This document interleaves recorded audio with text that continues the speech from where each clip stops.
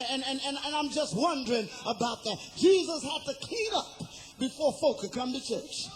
Had to be his own custodian. Had to go in there and clean the church up before folk could come to church. You think the church was ready to receive anybody? Think the church would open wide its gates to receive everybody. But my Lord could not have service. They couldn't start the devotion, Deacon Wiley. They couldn't have prayer meeting, Sister Line. They couldn't even start the preaching service until the folk who were mistreating the temple were cast out of the temple. So the first thing Jesus did was clean up his church.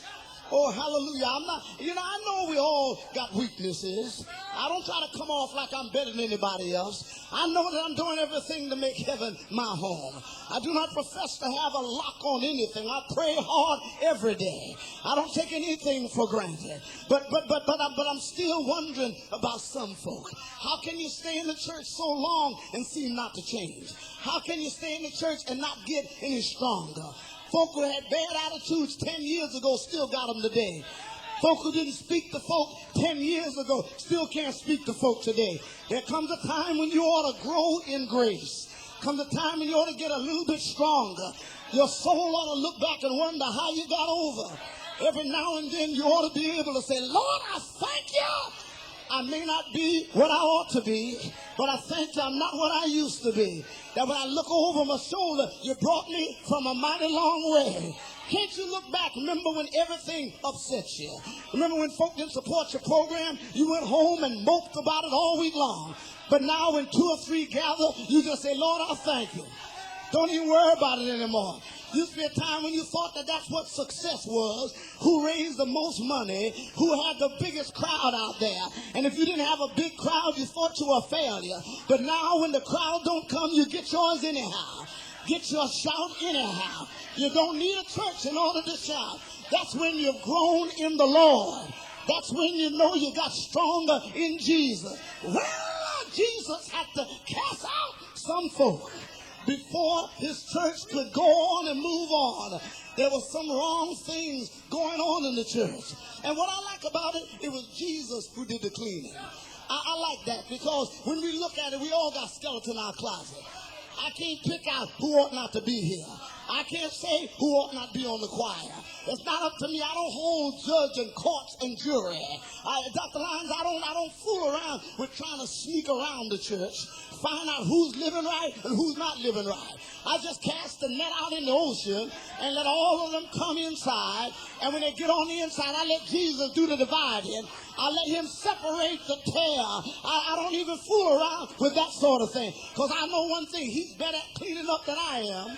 Because he knows what he wants better than I. It's Jesus who cleansed the temple. It's Jesus who cast them out. Nobody can say that it was somebody else. It was Jesus who had done it. And he cast them out because they did not belong. And on that first day when he rides into Jerusalem, the temple is made available. The temple is made available for the blind and the lame, that they may come into the temple. Now there's one word I want to talk about. The word is heal. It said the blind and the lame come into the temple to be healed. So I thought I'd look up that word heal. Heal is to make well. It means to cure. It also means to mend, as in binding up those wounds. In other words, healing in the temple meant that somebody's wounds were bound up. Healing in the temple means that somebody is cured. Now you can see that this is not restricted to physical ailments. He was not setting up a medical center. He did not have a hospital there. This is a special kind of temple. It's a temple that deals with all kinds of diseases. You know, the disease of the mind. Apostle Paul talks about the poisonous tongue, that tongue like a snake that makes us gossip and lie on one another. where you can be healed in the temple.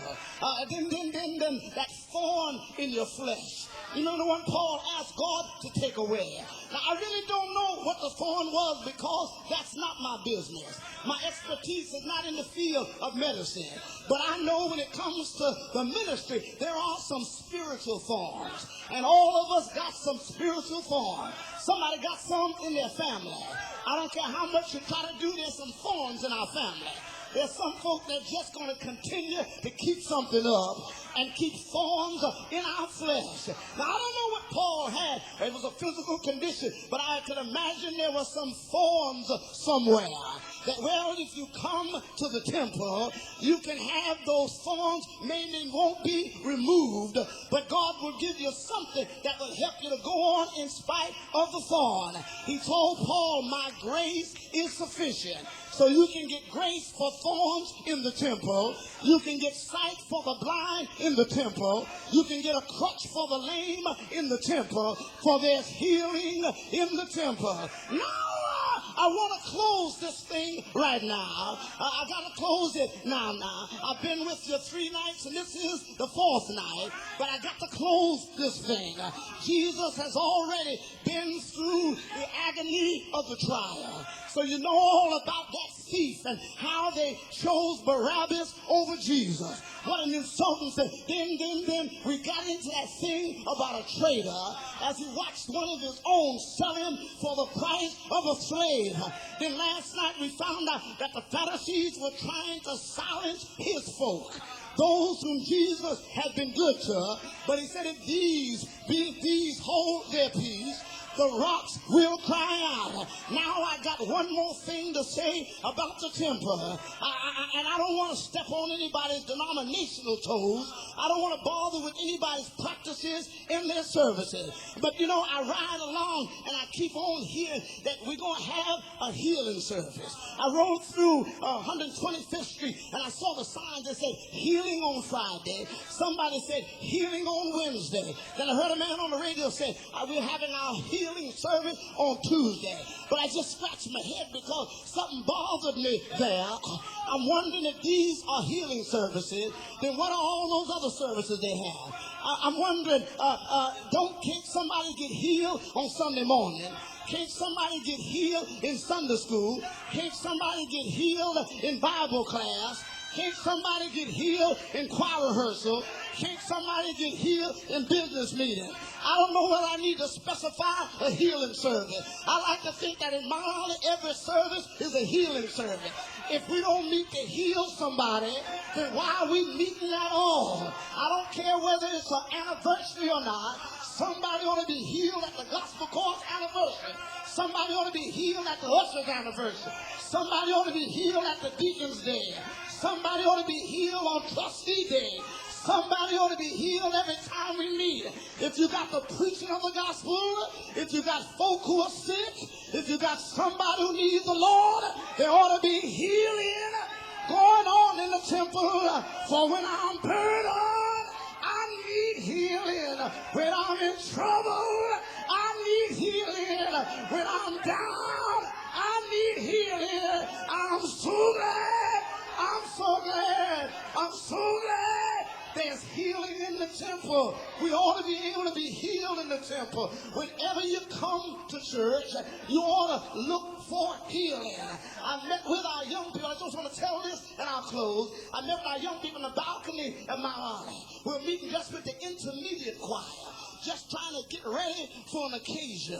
Just a couple of years ago, and we just met there in the balcony. There was another choir rehearsal going on in the auditorium, and there was somebody else meeting somewhere else in the church. But we had come out for meetings, and we didn't advertise that there was healing in the temple. We just advertised that the church was open for meetings. Somebody was getting ready for a barbecue outside because we wasn't going to have a healing service. We didn't advertise a healing service.